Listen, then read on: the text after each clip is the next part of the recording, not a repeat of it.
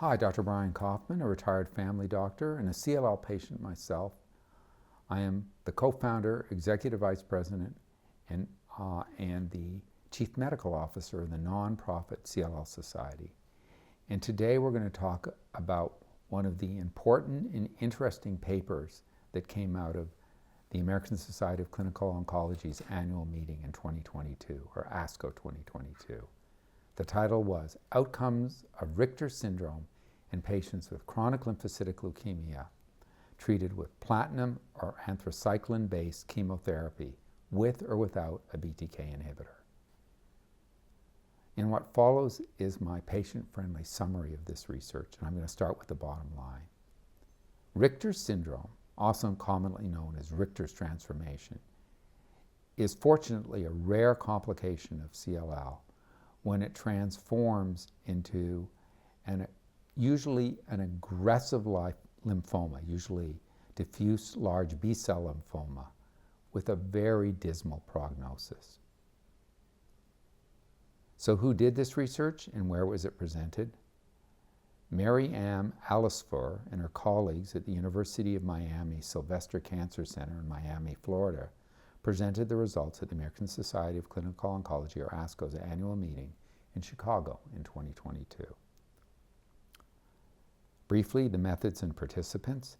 This is a retrospective review of patients' charts who were diagnosed with confirmed Richter's syndrome. So this was a pathologist would look at the slides and make sure that it was Richter's transformation or Richter's syndrome at the University of Miami between 2011 and 2020. What were the results? 33 patients with Richter syndromes, including 87.9 with that most common pathology, diffuse large B-cell lymphoma, and 12.1% with Hodgkin's lymphoma, the second most common.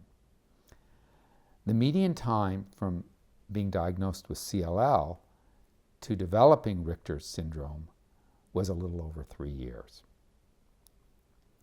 Most patients presented with an elevated LDH. LDH is a chemical that is seen when cancers become more aggressive. The medical name for that is lactic dehydrogenase. 3 out of 4 patients had an elevated LDH. So it is a marker to suggest that the cancer is taking off and maybe you need to look for Richter's. 2 out of 3 had bulky lymph nodes. Adverse genetic markers were commonly seen. More than half had disruption of their TP53. Complex karyotype was seen in more than 8 out of 10. That is where then there are more than 3 genetic abnormalities seen in the CLL cells. The FISH studies were also often abnormal, with 37% having the poor prognosis deletion of 17p, 17% with deletion 11q, and trisomy 12 was seen in 58%.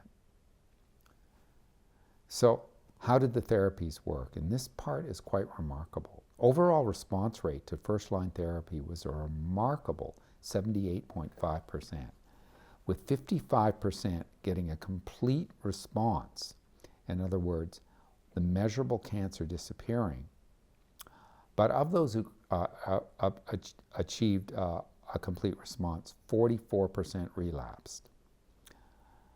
Median progression-free survival, so how long did people go and live before the disease started to come back again? For the anthracycline-based group, it was 10 months with a complete response of 50%. The median progression-free survival for the platinum-based chemotherapy was better at 15.5 months and with a better complete response rate of 60%. However, the overall survival, which is what we really matter about, was almost identical in approximately 5 years in both groups. So what happened if you added a BTK inhibitor? The drugs that have revolutionized the care of CLL, but on their own don't seem to do very much for Richter's syndrome. These would be drugs like ibrutinib, acalabrutinib, and potentially zanubrutinib. So when you added these to the chemoimmunotherapies in patients who had not been exposed to them as a CLL patient, their median overall survival was more than 10 years. It was 5.1 years in people who had been exposed, and that's compared to 1.8 years in people who did not receive a BTK inhibitor for the Richter syndrome. So conclusions and comments. Patients who developed Richter syndrome most often developed it in high-risk CLL, especially when they had these complex cytogenetics. While in this study, Richter syndrome responded surprisingly well to frontline therapy, almost half of the patients relapsed. And while median overall survival was, for the two different chemotherapies, was similar, almost 5 years, the platinum-based chemotherapy had a superior complete response and progression-free survival data. Adding a BTK inhibitor, especially in BTK-naive patients, led to significantly superior median overall survival, more than 10 years.